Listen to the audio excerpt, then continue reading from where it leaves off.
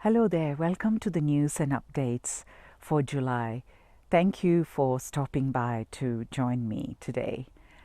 I just want to show you something before I say anything else, and this is that I'm here in this mountain which is close to my house, and I've just been reflecting on the practice for the next term and on some of the individual practices that I've been working. I've had the honor of working with women, and I just came across this amazing anthill. The anthill is and I'm going to turn the camera to show it to you. The anthill is a very ancient symbol of the goddess, and the anthill, the sands in the anthill, the soil of the anthill represents, it's like the reminder of the soil of our own body and how we are all made of essentially of the same thing, the earth and everything. You know, we are such an integral part of what everything around us is made of, nature, the trees and the earth.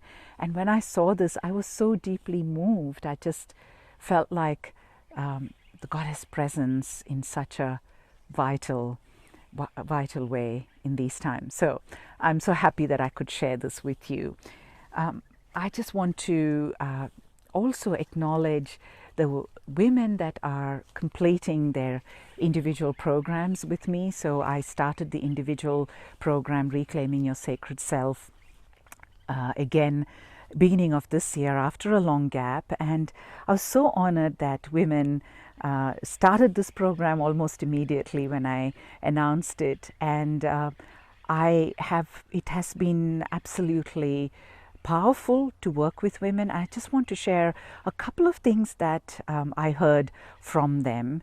One thing that I heard from all of them is how the practice is made them really connect into what they call like a lineage, and lineage that is universal, and they have come from many different cultures, the women I worked with, and it didn't matter that the practice they were doing is Indian, but it was like the practice was a doorway into something very ancient in their own lineage. And it's like, as women, we all share this very ancient consciousness, this ancient divinity, this ancient lineage, which is absolutely available and present in these times. And this is what I heard from all of them. It's important that we are very integral with the doorway, so that when we practice, we do so in the way that it should be done, because otherwise we will just be playing around and entertaining the mind and amusing ourselves in a kind of fantasy way. But once we are truly in the doorway and truly practicing with integrity, we immediately connect to something that is universal. And that was so magical to hear the women share that. The other thing that they shared is how they find their voices.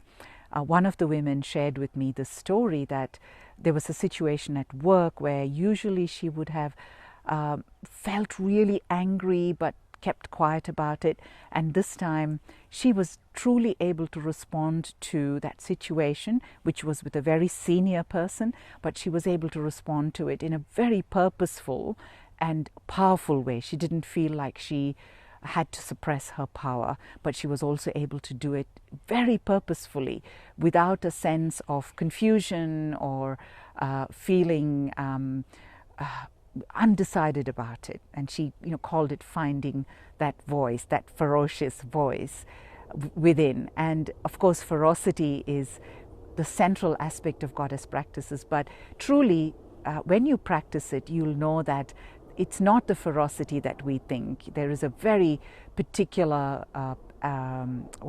purpose and experience of ferocity in this practice. So I'm so happy to share this with you. There were many other experiences, of course, but these were the two things that really came to me from speaking to the women. I'm also welcome the women that are going to start these programs and have already started the programs. I do have a couple of places left in the program, so if you're still interested, there is an opportunity for you to get in touch with me, and I'll be very happy to offer you that free discussion or meeting where you can find out more, and you can decide and consider whether this is the right thing for you at this time. Maatangi is the focus deity of the group classes and courses, and I am really looking forward. The practice of Maatangi is very important for women because it is about the parts of the consciousness, the moments in our lives when we have this exiling experience, and that is so inevitable, particularly in women's lives. So that is the focus deity for this term's courses. I also invite you, if you haven't already done so, please subscribe to my YouTube channel, because I will be posting regular videos about the philosophy and practice of Maatangi.